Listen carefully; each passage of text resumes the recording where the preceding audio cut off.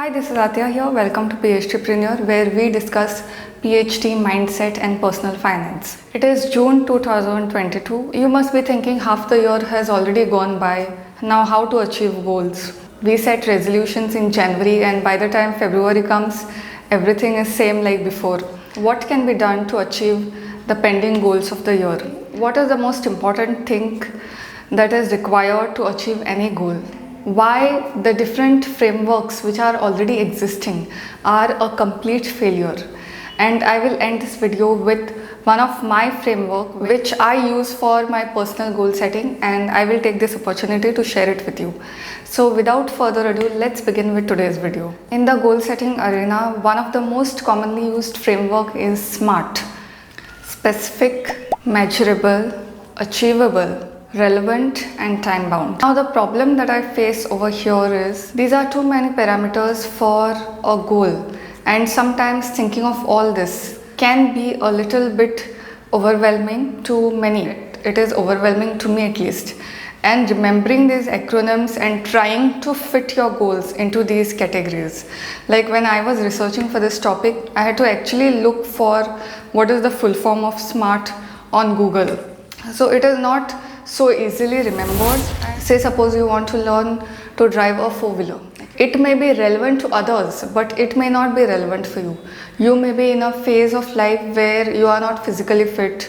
The circumstances around you may be in some other conditions, and your circumstances might be different. So it is achievable by a particular norm. It is achievable, but for you it does not take into consideration your circumstances which are around it. So that is the problem that I find with most of the goal setting theories. When you say something called as time bound, it does not take into consideration how the time management occurs in your life. So for example, if say suppose you need to get to a certain point in 2 months, okay, in 2 months the resources may be not there. There is no flexibility overall to this. If you have a lot of free time, you have a lot of goals to achieve, but your health is not in a peak condition, then obviously even if you have time, you won't be able to achieve.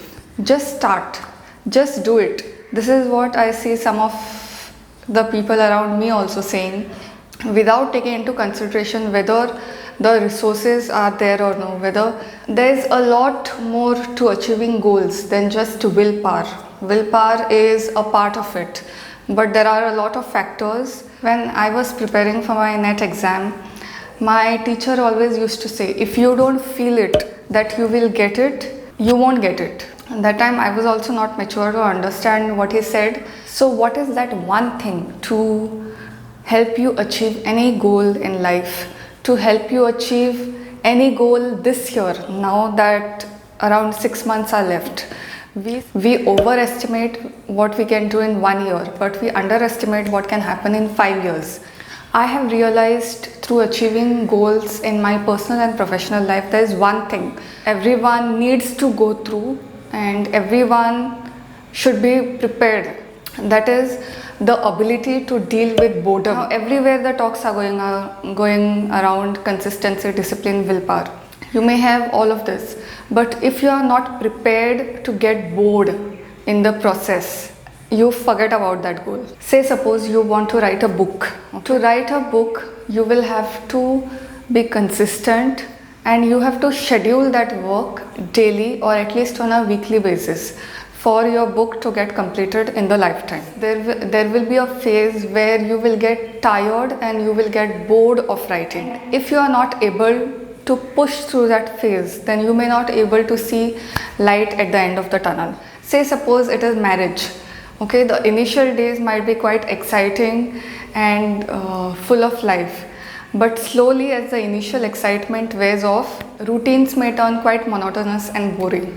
If you are not able to go through that phase of boredom, then you may not be able to see your relationship blossoming. Now we have seen that SMART framework does not work. It didn't work, at least for me.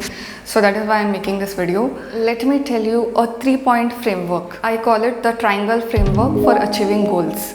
So there are 3 parts for this: the why, the benefit and the trade-off. The goal is there, then why are you doing it? There must be some kind of emotional reason attached to it. So this why is your emotional reason. It is not about strategy. Strategy we will see later. What is the deepest thing that you want to achieve? The benefit is after achieving this goal, what you will get, and the trade-off means what sacrifices you will have to do. You want to be the topper of your class, then in this case the trade-off will be you will have to decrease your smartphone and other gadgets consumption.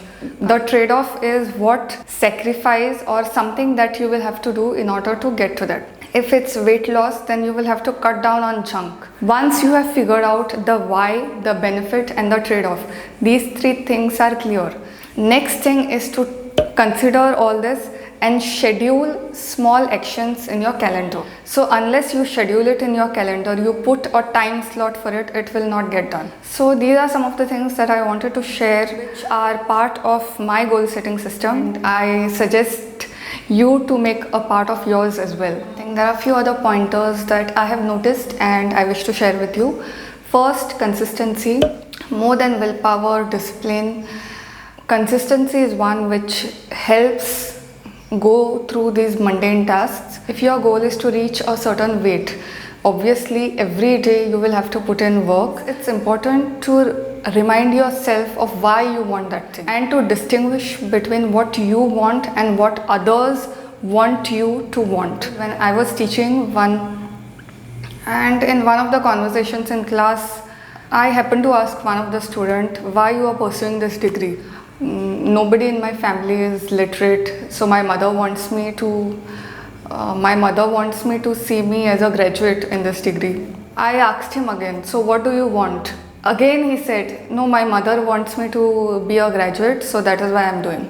Each one has its perspective and each one's reasons for doing something can differ, and we are nobody to judge that. It's more important that you as a whole understand that this particular thing is what you want. It can be what others want, but at least in one minor percentage it should be something that you want. Sometimes our deepest fear is not failure. Sometimes our deepest fear is that we might prove ourselves wrong. We will see the light that we are not prepared to see for ourselves. This is one of the beautiful quotes I came across by Mariam Williamson's, my favorite quote. So that is why procrastination, resistance towards doing things, not fear of failure, but fear of success. Because we ourselves are not prepared to handle success more than failure. We have got so used to distractions that we are not able to focus on anything. And this leads to confusion and burnout, also called as shiny object syndrome, where whenever something new comes, our attention turns to that. We focus on that instead of what is going on in our hand. We can actually train ourselves to get ahead and to focus well.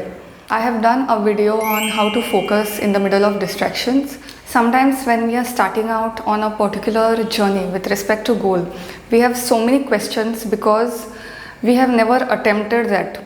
In that case, it leads to all confusion. When I first took admission for PhD, I thought of my topic as something very insurmountable, which I cannot conquer at all. Now, 3 years down the lane, I have got so many suggestions that it is finally moving in the right direction. So just because you are starting out something unknown does not mean you need to know all the answers. You can get all the answers on the way. Our brain cannot distinguish between what we are imagining and what has already happened. So at the end of any small victory, it is important that there is a reward system. So otherwise, how the brain will know that it has achieved something? You won't feel good about yourself. Going on a vacation or just ordering something from outside or going for a trip or gifting yourself. Goals have been reduced to just mere their results, but there are so many emotions attached to it. There are so many things that you learn on the way which may have a larger impact than the result itself. It's time to remind yourself of that, and I'll see you in the next video.